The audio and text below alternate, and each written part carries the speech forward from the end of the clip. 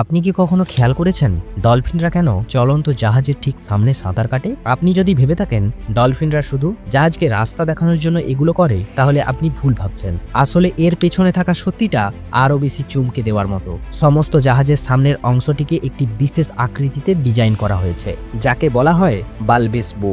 যখন কোনো জাহাজ সমুদ্রে চলতে থাকে, তখন এই অংশটা জলের মধ্যে দিয়ে এগোনোর সময় এক ধরনের প্রেসার ওয়েভ তৈরি করে। ফলে এই প্রেসার ওয়েভে তৈরি হওয়া ঢেউ জলকে সামনের দিকে ঠেলে দেয় এবং জাহাজের চারপাশে একটি বিশাল শক্তিশালী তরঙ্গ তৈরি হয়।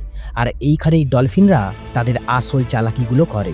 আসলে ডলফিনরা অসাধারণ বুদ্ধিমান প্রাণী। ওরা বুঝে ফেলে যে এই প্রেসার ওয়েভের ভেতরে সাঁতার কাটলে কম এনার্জিতে অনেক বেশি স্পিডে যাওয়া সম্ভব। এর মানে কি জানেন? এটা ওদের কাছে একদম ফ্রি রাইড। মানে নিজেদের শক্তি না খরচা করে জাহাজের ঢেউ ব্যবহার করে ওরা দ্রুত এগিয়ে যেতে পারে। এই কারণেই ডলফিনরা জাহাজের সামনে বা পাশে ঢেউয়ের সঙ্গে সঙ্গেই সাঁতার কাটে।